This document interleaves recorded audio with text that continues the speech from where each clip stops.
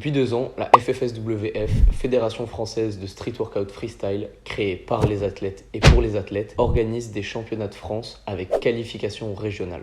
Pour aspirer au titre de champion de France, chaque athlète doit donc au préalable finir sur le podium de sa région. Pour y arriver, on doit d'abord effectuer un premier passage de 1 minute afin d'obtenir un classement qui permet de faire un tri entre tous les participants, car ceux qui ne seront pas placés assez haut ne pourront pas assister à la seconde phase de battle. Ces derniers, quant à eux, fonctionnent très simplement et permettent d'obtenir une finale composée des 3 meilleurs athlètes de la région. Le premier au classement affronte le dernier, le second l'avant-dernier, le troisième l'avant-avant-dernier, etc., etc. Cela permet à ceux s'étant bien placés d'avoir plus de chances d'accéder à la finale s'ils le méritent vraiment, tout en laissant l'opportunité aux athlètes méritants, mais s'étant ratés lors de la phase qualificative, d'accéder quand même au podium et disputer l'étape finale. Pour ma part, cela fait 2 années que je représente ma région, car ayant fini sur la première place lors de la première année d'inauguration des championnats de France en 2024, et cette année en conservant mon titre, pour participer à la seconde édition de la finale des championnats de France les 13 et 14 septembre 2025. Dans ma vidéo qui résume mon année 2024, je t'expliquais comment je me suis blessé à 2 semaines de la finale des championnats de France l'an passé et pourquoi je n'ai pas pu exprimer mon plein potentiel. Puis je t'ai fait une analyse de la finale des championnats de France qui opposait Mika à Adrien et Tony à Paris. Le moins que je puisse dire, c'est que j'étais vraiment dégoûté de ne pas pouvoir aller plus loin lors de cette finale des championnats de France l'an dernier à cause de cette blessure. Mais je n'imaginais pas le destin qui m'était réservé seulement 1 an plus tard. Une préparation d'1 an que tu as pu suivre lors des vlogs pour les compétitions, pleines de hauts et de bas, et plus généralement l'évolution de mes perfs avec les edits chaque mois.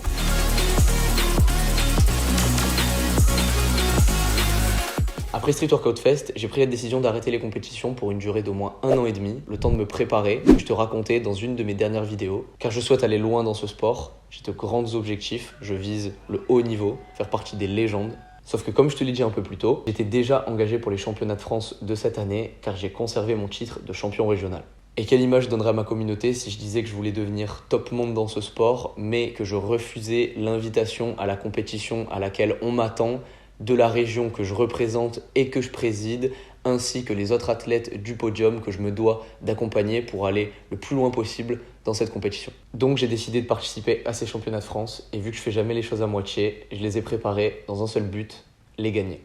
Cette année, l'étape finale se déroulait à Lyon, plus précisément dans sa périphérie à Saint-Priest, où je me rendis la veille sur le vendredi 12 septembre, car le samedi, on est attendu à 9 h, ce qui fait donc très tôt, c'est donc plus facile d'être sur place. Et à peine débarqué du train, je me confronte à la réalité du Nord. Il fait froid. Je quitte Marseille à midi dans un bain de chaleur ensoleillé et j'arrive à Lyon à 13h30 dans le froid et l'obscurité grisonnante. C'était trop chiant. J'ai bien fait de prendre un pull parce qu'il va pas me quitter et je vais le porter pendant toute la compétition. Et si encore le ciel était resté gris, mais j'étais pas au bout de mes surprises.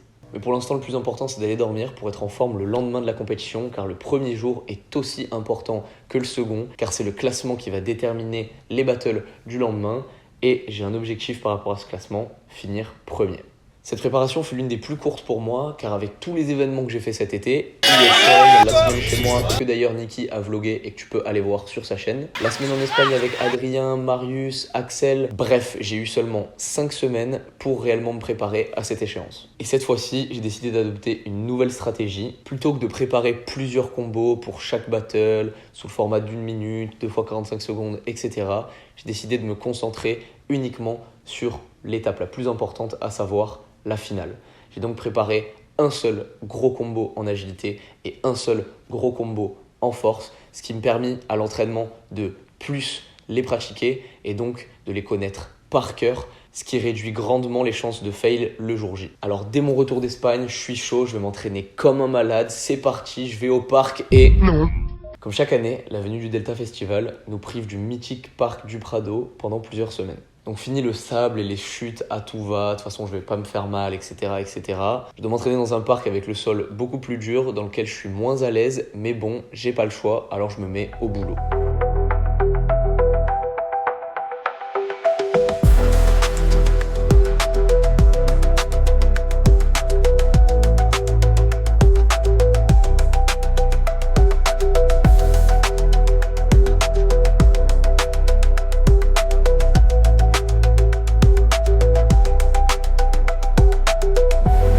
Première journée, on découvre tous le lieu de la compétition et sa structure. Je commence à m'échauffer et je constate que je vais devoir faire face à un souci de taille. La barre me brûle les mains. Car ce que j'ai oublié de te dire, c'est que lors de ma préparation, j'ai augmenté ma fréquence d'entraînement en agilité et donc mon volume, ce qui m'a fait steak au niveau des deux mains à seulement 4 jours de la compétition. N'ayant encore pas eu trop le temps de récupérer, elles sont encore fragiles, semi-ouvertes, prêtes à s'ouvrir à tout moment. Ça va donc être un vrai challenge de faire ces 2 jours de compétition avec le risque de probablement ouvrir mes mains, saigner, être déconcentré. Bref, c'est pas idéal. Donc je décide de m'échauffer le moins possible, c'est-à-dire que je teste même pas un 360 sur la barre, tellement je veux préserver un maximum mes mains. Allez Lucas! Allez! Lucas Maturana, mesdames et messieurs! Allez gros, allez pour toi, Stade, allez! Lucas! Allez gros, allez! Et un 360, un deuxième, et un 540! Et une full planche au-dessus de la barre. Le petit allez où? Et un 360 encore pour terminer. Mais de la créativité dans cette transition. Et encore de l'agilité. Et ça fait déjà 30 secondes que le chrono tourne. Allez Lucas. Une full planche. Push-up. Il presse, il remonte jusqu'au handstand. Et il montre sa polyvalence avec un one-arm handstand. Il recolle les jambes. Il te reste 5 secondes. Et 3, 2, 1. Time. On peut applaudir. Lors de mon premier run, je sais que je n'ai pas sorti une superbe prestation. Léger fail parce que je glisse sur la barre. Je manque de hold dû à la fatigue car j'ai pas du tout fait ce format de 1 minute. Donc ça manque de volume. Je suis très déçu de moi. Mon passage n'est pas du tout à la hauteur de mes attentes car je vise le top 1. Et quand je vois les runs de mes adversaires, je constate que beaucoup sont très forts et personne n'est venu là pour rigoler. Je te l'ai déjà dit, je veux finir premier du classement et ça commence mal car je perds beaucoup de points de combinaison en envoyant 2 runs qui sont coupés. Un sur la barre d'agilité et un autre sur les paras, quand je vois que d'autres envoient 1 minute entière sur la barre d'agilité et qui donc stackent beaucoup de points de combinaison. Je comprends vite que ce format de 1 minute n'est pas à mon avantage, tout simplement parce que je ne l'ai pas travaillé, j'ai pas la récup nécessaire et j'ai beaucoup de choses à montrer, que ce soit des planches push-up, des planches press, des front pull-up, front touch, du hand balancing, de la supination, les moves d'agilité, etc., etc. 1 minute, c'est court, ça ne me permet pas de tout faire. Je me presse donc, je hold pas mes mouvements et au final, j'ai même pas assez de volume sur chacun des éléments. À la fin de ce premier passage de qualification, je suis dégoûté. J'ai l'impression d'être dernier, d'avoir perdu alors que rien n'est encore joué, il me reste encore un seul run. Mais j'ai des attentes tellement hautes à vouloir finir premier dès le classement et de partir aussi mal que ça me met vraiment pas dans un bon mood. Donc on a le temps, à peu près 3-4 heures avant notre deuxième passage. J'essaye mentalement de me calmer, de décompresser et de savoir qu'est-ce que je peux mettre en place pour faire mieux sur le second passage. Mais j'étais vraiment dégoûté et pas dans le bon mood pour cette première journée de compétition. Après donc être tous passés une première fois 1 minute, on va repasser une seconde fois, encore 1 minute, ce qui permet de lisser le classement et pour les athlètes qui se sont fail un petit peu comme moi, d'améliorer leur positionnement dans le classement et de se rattraper sur ce second run.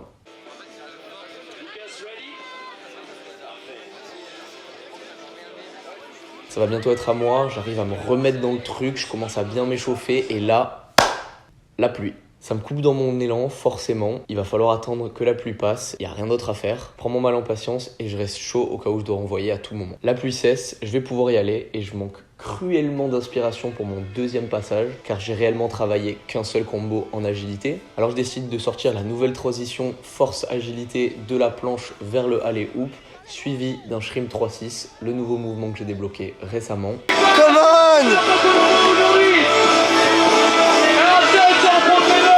Alors que le chrono tourne déjà depuis 20 secondes, sorti. Allez gros, allez! J'enchaîne avec un passage de force plutôt moyen et très répétitif. Encore une fois, l'agilité m'a beaucoup fatigué pour la force juste après car je ne l'ai pas travaillé assez à l'entraînement. Mais ça me fait accumuler plus de volume en force et notamment des points en strain dynamique, ce qui manquait lors de mon premier passage. La musique ralentit, c'est Clean, clean, clean! J'ai ça brille, allez du bruit. Allez! Allez gros, allez encore! Il te reste 10 secondes, Lucas. La victoire cette année! Come on! Allez gros, allez! Et 3, Champion. Un Touch. Aïe, aïe, aïe, aïe, aïe. Je suis toujours pas satisfait de ce second passage, mais maintenant les dés sont jetés, il reste plus qu'à attendre la décision des juges. Et une seule chose est sûre, c'est le meilleur qui deviendra champion de France. C'est la personne qui enchaînera tous ses battles, soldés par uniquement des victoires, qui finira à la première place du podium. Et c'est ce que je vise. Clap de fin pour cette première journée de finale nationale. Je rentre vite à l'hôtel me reposer et surtout reposer mes mains car j'ai envoyé 2 runs d'agi, elles ont commencé à brûler. On va essayer de récupérer pour pouvoir être dans les meilleures conditions le lendemain car je te le rappelle, j'ai pas envie de steak. Et après un long moment de suspense, les juges nous font parvenir le classement final de cette première journée qui déterminera donc les battles du lendemain. Et je vais devoir dormir, pas sans mal je te l'avoue, car je finis 2e au classement. Celui qui aura été le plus fort de cette première journée est Sullivan, un Martiniquais que je connaissais pas du tout, que je rencontre à Lyon sur cette première journée de finale nationale. C'est un monstre en agilité qui n'a pas lâché la barre pendant 1 minute sur ces 2 passages, ce qui a fait toute la différence au niveau des points de combinaison. Mais je suis pour autant pas non plus super inquiet, car je sais, j'ai l'impression qu'il a des lacunes en force et que c'est là-dessus que je vais pouvoir jouer si je viens à la rencontrer en finale. Tout dépendra donc de mon agilité, je devrais quand même sortir un gros combo, mais assuré avec la force derrière. C'est le grand jour, dimanche 14 septembre 2025, finale des championnats de France de cette année. C'est aujourd'hui que tout se joue, plus le droit aux excuses, que je me sente bien, que je me sente mal, que j'ai bien ou mal dormi, que je me sente lourd, fatigué ou pas en forme, qu'importe. Rien ne m'arrêtera, j'irai jusqu'au bout. La structure est déplacée en intérieur, j'aurai plus de problème de température ni de pluie et j'en suis bien content. Grâce à mon classement, j'affronte l'avant-dernier, ce qui pourrait paraître facile, mais je ne sous-estime en aucun cas mon adversaire, car il a très bien pu, comme moi, sous-perf la veille et arriver à un classement beaucoup plus bas. Je m'attends donc à une potentielle surprise de sa part. Et n'oublions pas que tous les athlètes présents ici représentent l'élite de chaque région et en plus des 24 meilleurs sur les 35 de la veille. J'essaie de ne pas prendre de risques avec mon agilité, avec mon flexible, 3,54. Un peu de force à la barre.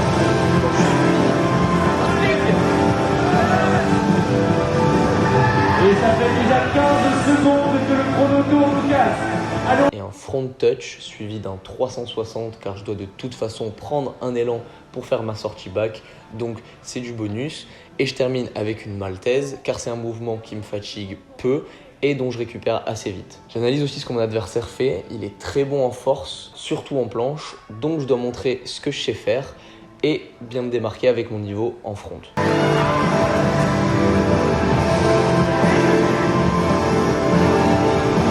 chrono est lancé depuis 15 secondes déjà. Ça s'applaudit.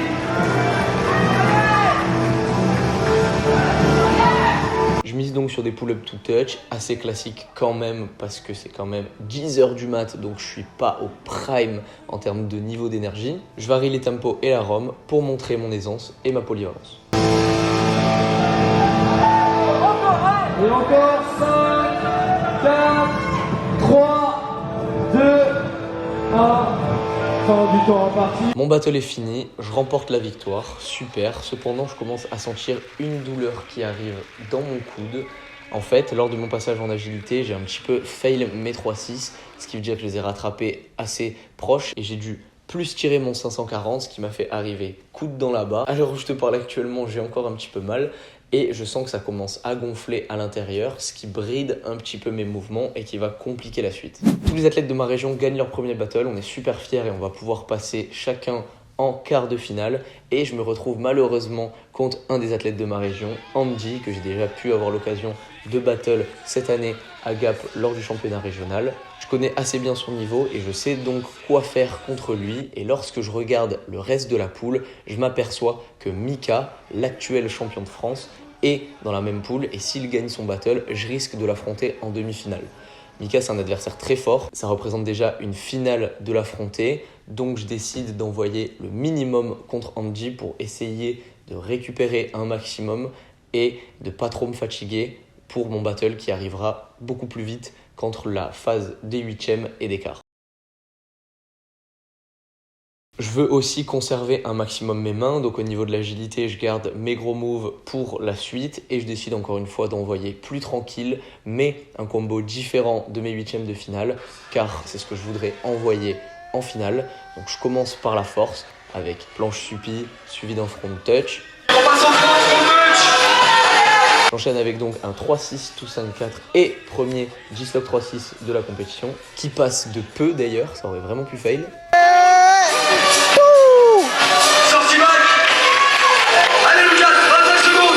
Je lance une maltaise pour marquer pas mal de points avec ce power move en force et je cut mon premier run. Rapide, mais ça laisse à mon adversaire moins de repos, ce qui va lui rajouter un peu de difficulté sur son deuxième passage. Ensuite, pour ma part, je vais faire pas mal de force, sans push-up cette fois, car c'est ce qui est le plus traumatisant pour mes articulations. Et étant fragile des coudes, avec ce dernier qui commence à gonfler depuis mon premier battle, je préfère pas en faire pour prendre moins de risques et garder ça pour la suite.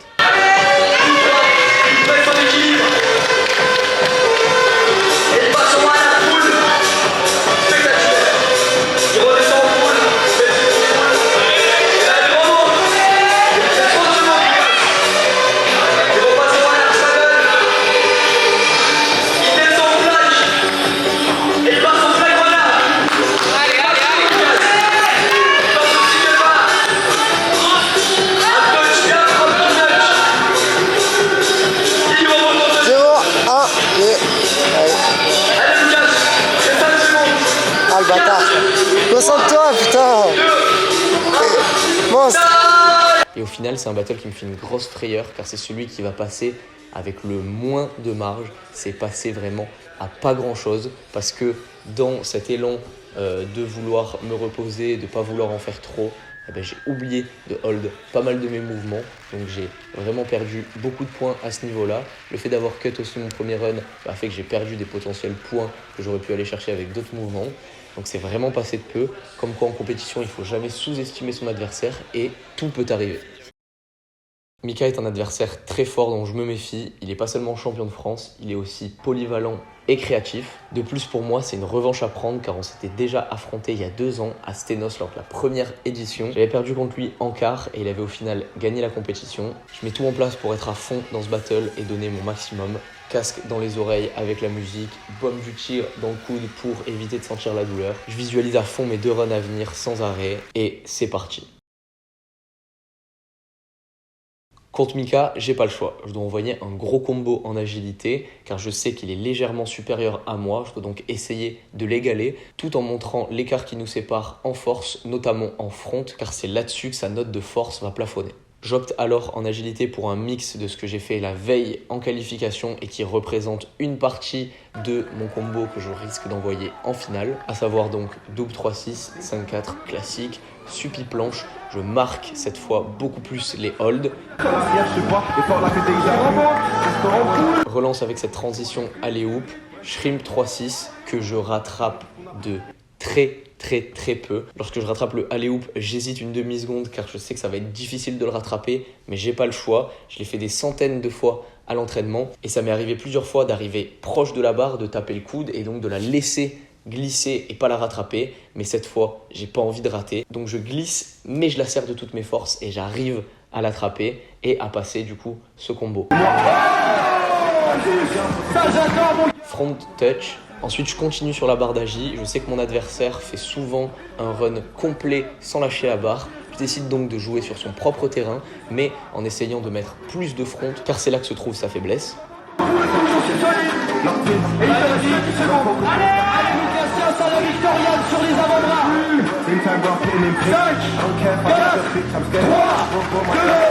Et pour mon deuxième run en force, je décide cette fois de mettre beaucoup plus de points que lors de mon battle précédent. Donc ça va être le moment de mettre des push-ups car mon adversaire n'en fait pas souvent. Il se contente souvent uniquement de presse. Alors moi je vais bombarder les deux et le plus possible en front.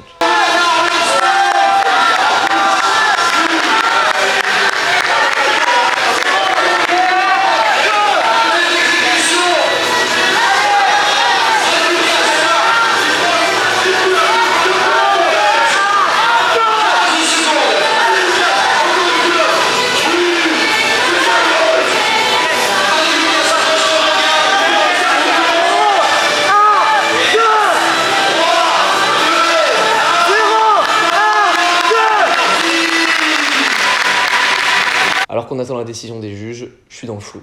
J'ai aucune idée de l'issue de ce battle. J'arrive pas à avoir de recul sur ce que j'ai fait et sur ce que mon adversaire a fait. Il est très fort et je suis habitué à être déçu, donc je m'attends à rien. Délibération, ou plutôt libération. Je sais maintenant que je vais pouvoir disputer la finale. Je me suis réouvert un peu la main droite, mais maintenant rien ne m'arrêtera.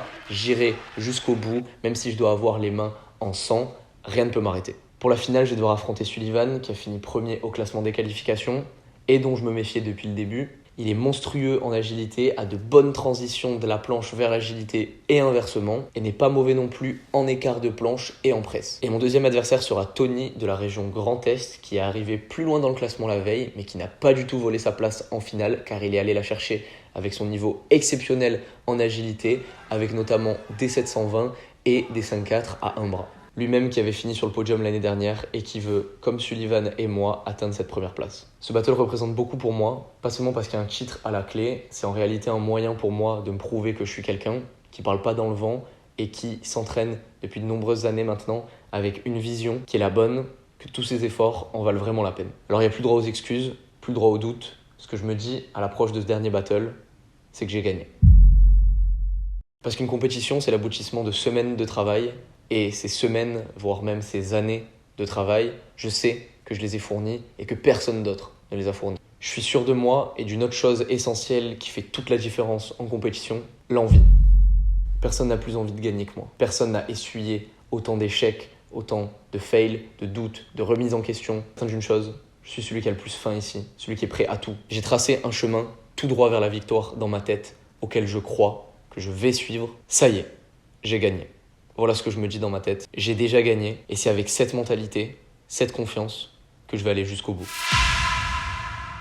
Sullivan comme Tony sont des spécialistes de l'agilité. J'ai une longueur d'avance en force, plus précisément en front, mais ça ne suffira pas. Je vous ai aussi envoyé du lourd en agilité, pas dans le but de les égaler, mais de marquer un maximum de points en combo via notamment les transitions entre la force et l'agilité. Et il est maintenant l'heure pour moi de dévoiler ce combo que je te tease depuis déjà plusieurs battles, depuis la veille, car c'est le regroupement de tous ces éléments ensemble qui constituent ce combo que je travaille depuis 4 semaines. Agilité, force, agilité, force, agilité. 3 mouvements d'agilité suivis d'un mouvement de force, 3 mouvements d'agilité suivis d'encore un mouvement de force et encore 3 mouvements d'agilité suivis d'une sortie. C'est un combo que j'ai mis qu'une seule fois à l'entraînement, que tu as pu voir dans la vidéo de septembre et que je te mets à l'écran, et que je compte rentrer pour me permettre d'atteindre la première place. C'est risqué, oui, mais est-ce que c'est pas en prenant de tels risques qu'on peut accéder à de grands objectifs ?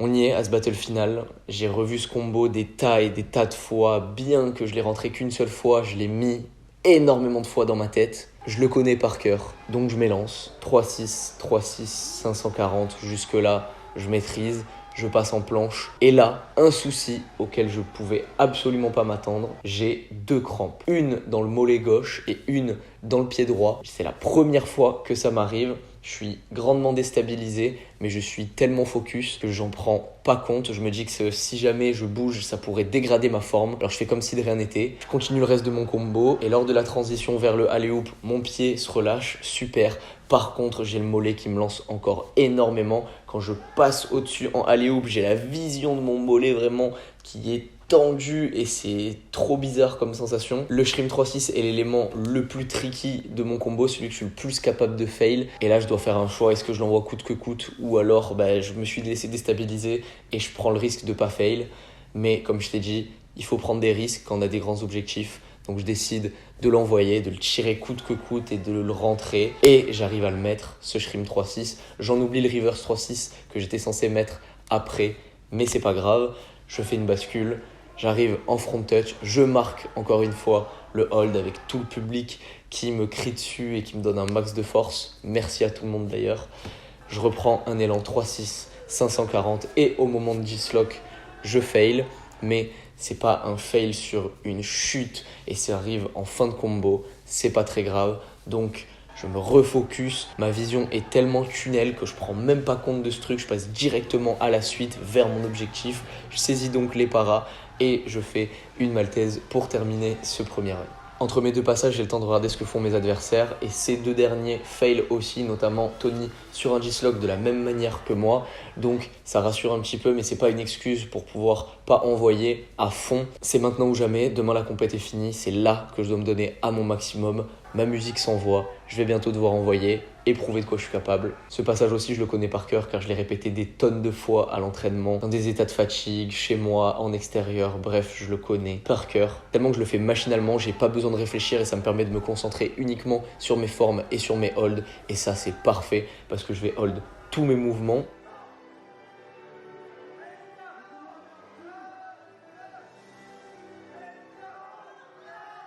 Et lorsque j'arrive à la partie front où j'étais censé faire un sat, je décide de ne pas faire ce mouvement-là, tout simplement parce que ça va me manger trop d'énergie. Après ça, je pourrais faire au maximum une pull-up to touch et je suis même pas sûr d'avoir les 2 secondes de hold. Je décide donc de faire un wide touch, 2 secondes, suivi d'un archer touch, 2 secondes. Ça va me faire gagner beaucoup plus de points de polyvalence avec 2 éléments qui sont assez forts, plutôt qu'un seul élément plus fort, mais qui représente qu'un seul élément de polyvalence. Donc c'est un choix beaucoup plus intelligent de faire de cette manière-là. C'est ce que je fais, c'est réussi. J'enchaîne ensuite du coup avec aussi des archers et wide pull-up, ce qui me permet de gagner encore plus de force en strain dynamique, ce qui fera la différence car je te le rappelle, c'est en front que je vais pouvoir le plus creuser l'écart par rapport à mes adversaires.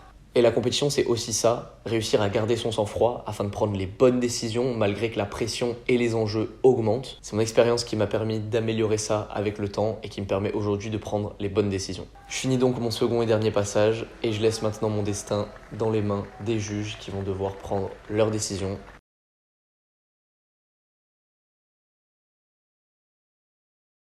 On doit maintenant juste attendre le verdict du speaker et je vais pas te cacher qu'à ce moment-là, je sais pas trop ce qui se passe dans ma tête. J'arrive pas à avoir de recul sur la situation, un peu comme le battle précédent, mais amplifié. Je commence juste à tout simplement stresser et j'en ai aucune idée. Je sais pas de quoi va être fait cette décision, donc j'attends juste mon destin. J'ai pas envie de finir deuxième. Depuis le début, mon but, je te l'ai dit, c'est finir premier, champion de France. Et après avoir annoncé Tony sur la 3e place, ça va être temps de départager Sullivan et moi, qui va être sacré champion de France 2025. À partir de 10, 10, 9, 8, 7, 6, 5, 4, 3, 2, 1. le champion de français, Lucas.